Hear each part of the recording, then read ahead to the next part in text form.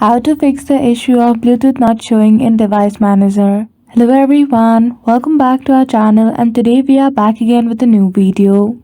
So without any delay, let's get into it. For that, firstly click on Wi-Fi at the bottom right corner. Simply click on Wi-Fi option and if you see the option of airplane mode is toggled on, simply disable it.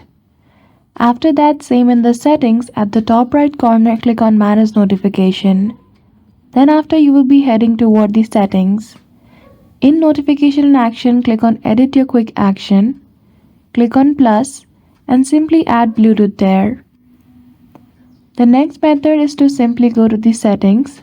You can also use the shortcut keys Window plus I to open settings application. Then go to device. There you will see the option of Bluetooth. Simply click on Bluetooth and other devices.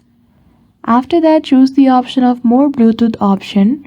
Then toggle on the feature of Show the Bluetooth icon in the notification area. Click on Apply and then OK. And that's it. Just like that, you will be able to fix your issue. So I hope you found this video helpful. If you did, don't forget to give it a thumbs up and subscribe to our channel for such tutorial.